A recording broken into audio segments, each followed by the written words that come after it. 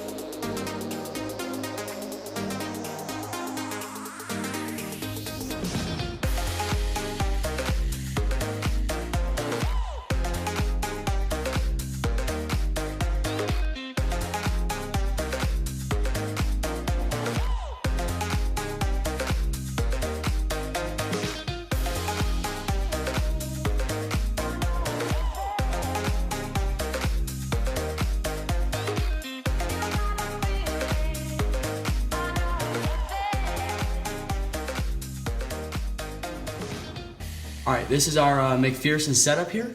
We're going to take off this bolt right here in order to get to the spring, which is what we'll be replacing today. We've got it jacked up right here, and it is off of the lift. So in theory, this should just come right off once we get this bolt off, but I guess we'll find out.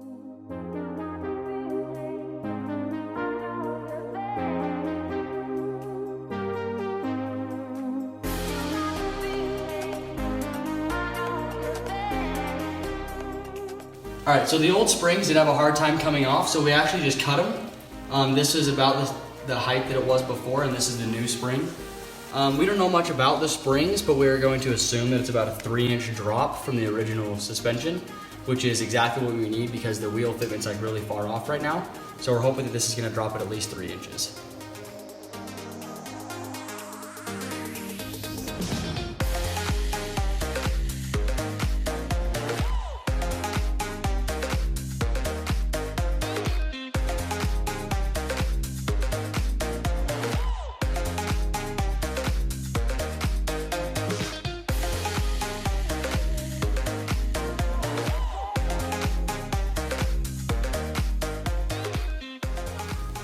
Alright, so we got the struts bolted back in. The springs are in here, but they won't actually become compressed until we actually lower the car. So we're going to put the new rims on.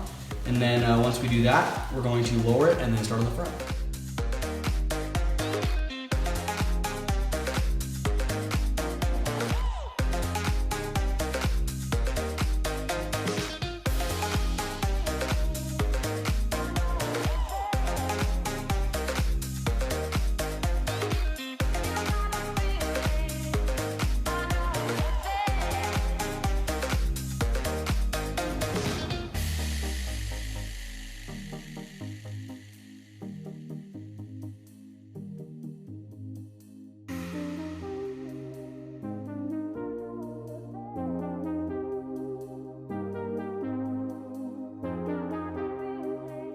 We got the rear set of lowering springs on. We think it dropped about 2.5 to 3 inches, and we think we're gonna get a little bit more once we drop the e-brake and take it out of gear. So I'm really satisfied with the rear end so far, but we're gonna work on the front end and see how the front end goes.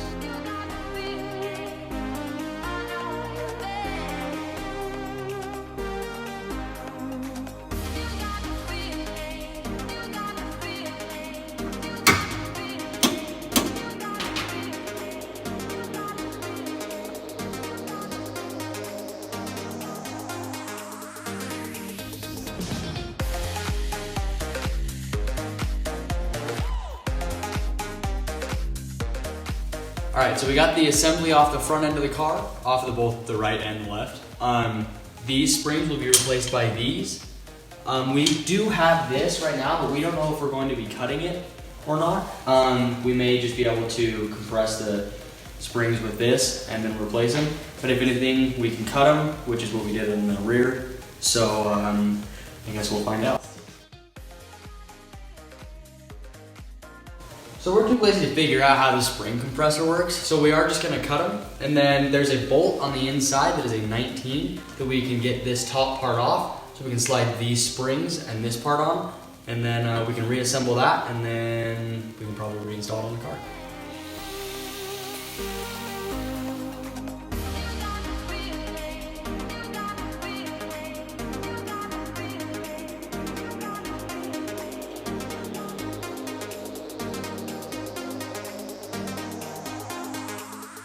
Alright, so we're starting again today. We just started too late in the day yesterday to make much progress on the front. We got the struts off and the old springs off of both. We have the new spring on the driver's side and it's already mounted up. But we're going to show the install of this one. We've only got the top hats off of this one and the new spring on. But we're just going to reassemble and put it back on the car.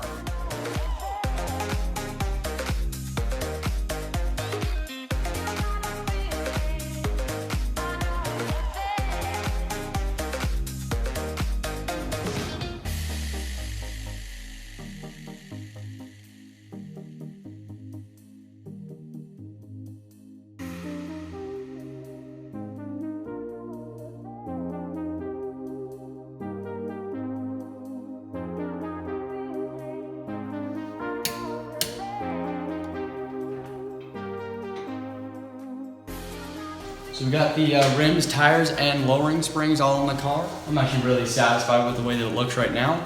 We're gonna clean up real quick, get it off the lift, maybe clean the car up a little bit, and then we're gonna go test some stuff out.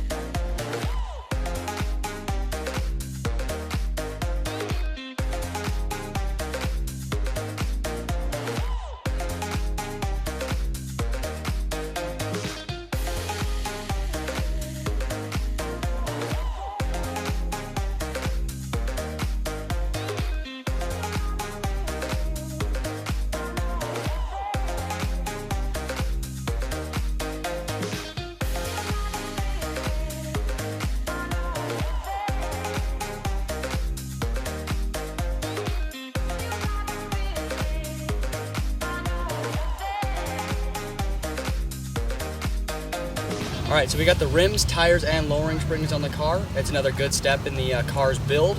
I'm really satisfied with the turnout. It does ride a lot stiffer. I can tell it handles a lot better in corners with these new tires on it.